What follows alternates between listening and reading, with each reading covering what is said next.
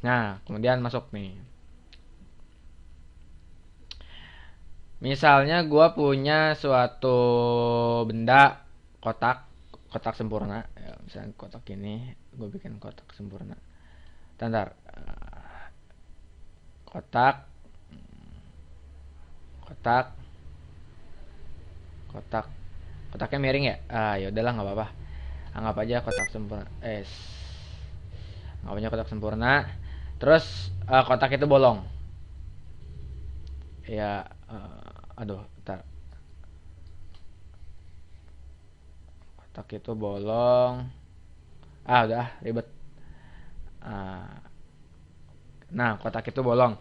Kemudian cara pertama kan gue harus ngebagi ini simetri. Oke, misalnya gue bagi, misalnya bagi menjadi gini. Diagonal boleh kan tadi? Nih, ini dan ini. Sip. Gue bagi ini jadi 8 bagian. 1, 2, 3, 4, 5, 6, 7, 8. Kemudian salah satu bagian gue ambil. Misalnya satu bagian nih. Oke, salah satu bagian ini gue ambil. Terus gue di sini gue zoom misalnya. Aduh, panahnya jelek. Eh, Oke, misalnya gini deh ya. Nah, berarti kan dia ada di sini, terus ada gini, sama ada gini, sama ada lurus gini. Oke, sip. Kemudian sekarang kita lihat batas-batas ini itu sifatnya adiabatik. Kenapa? Adiabatik. Kenapa? Kita anggap kan kalau di sini ada suhu di dalam sini nih, di garis ini itu suhunya T1. Nah, ini suhunya T1 dan di luar ini suhunya T2. Berarti kan eh arus apa aliran panas kan mengalirnya dari kiri ke kanan ya. Nggak ada yang dari misalnya dari sini ya, dari sini tuh nggak ada yang ngalinya ngelewatin batas ini gitu kan. Jadi ngalinya semua sejalur dengan ini, dengan apa garis simetri ini. Nah, garis simetri itu kita anggap adiabatis. Oke. Nah, selain itu juga pokoknya ini kita asumsikan adiabatis biar nggak ada kalor yang apa ya namanya cross check, cross gitu apa namanya? Melalang cross itu apa ya namanya? Ya istilahnya nyebrang ke tetangga, ya ya pokoknya melanggar hak inilah, hak hak wilayah. Nah, kemudian kedua eh bikin suatu garis. Oke, ini adiabatik. Oh ya, bikin ini dulu garis lagi yang adiabatik tapi di dalam, jadi membagi misalnya. Ya, oke, misalnya gini deh ya. Misalnya gini-gini. Ya, oke, gitu-gitu. Terus bikin garis isotermal. Oke, isotermal tuh berarti kan kalau di sini T1. Nah, ini kan isotermal. Ya udah sini isotermal gitu. Pokoknya garis yang sejajar sama T1 T2, pokoknya itu isotermal. Setelah itu isotermal 1 apa isotermal 2, setelah kayak kita bikin ini kayak gini. Oke, set. Nah, syaratnya bikin garis isotermal itu harus harus tegak lurus sama garis adiabat. Tegak lurus. Walaupun gaya mencong-mencong tapi di saat dia berpotongan itu harus tegak lurus. Nah, misalnya di sini gambar gua kan gak bagus ya. Jadi misalnya sini tegak lurus dan yang lain juga tegak lurus. Oke.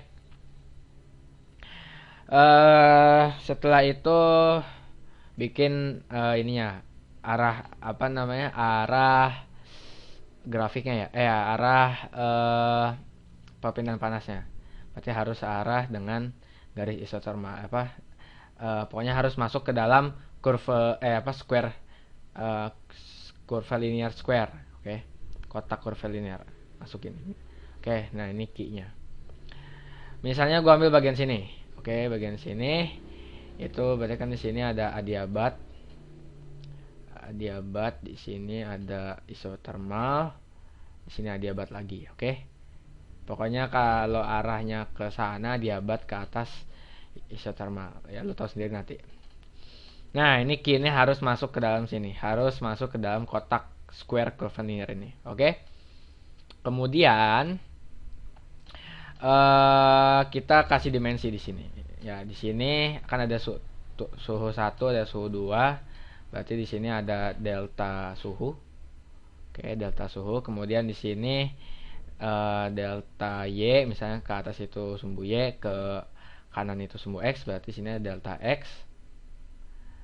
Nah, misalnya di sini titik A, di sini titik B, di sini titik C, ini titik D. Oke. Kita kan nggak tahu ya apa namanya, kotak ini kan nggak sempurna kotak. Oke, nggak sempurna, maksudnya melengkung-melengkung gini, nggak semua kotak nggak sempurna kotak, tapi kita bisa mendekatinya mendekati ke bentuk kotak sempurna. Nah, jadi delta X itu kita dekati, itu karena kita dekati kotak sempurna, berarti delta X akan sama dengan delta Y, dimana delta X bisa kita cari dengan selisih ini panjang AB ditambah panjang CD dibagi 2. Oke. Loh, kenapa ini? Nah, gini misalnya.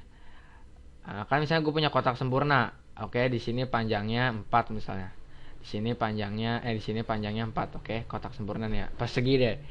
Nah, kenapa gue bilang sini titik A, sini titik B, sini titik C, sini titik D? Kenapa gue delta X itu harus AB plus CD, jadi 4 tambah 4 dibagi 2? Kan hasilnya sama aja 4. Kenapa? Ya, kalau kasusnya kotak sempurna gini, persegi gini khususnya, itu ya 4 jelas. Tapi kalau kotaknya nggak melengkung gini, kan panjang di sini kan beda sama sini. Nah, kita harus cari rata-ratanya, sehingga kalau kita dapat rata-ratanya, karena kita anggap sempurna sama, berarti rata-ratanya akan sama dengan ini, dan akan sama dengan ini, akan sama dengan ini. Ya. Terus delta Y juga ya bisa kita cari sih dengan AC, panjang AC tambah panjang BD dibagi 2. Oke. Ya, harusnya ini didekati sama dengan delta Y. Oke.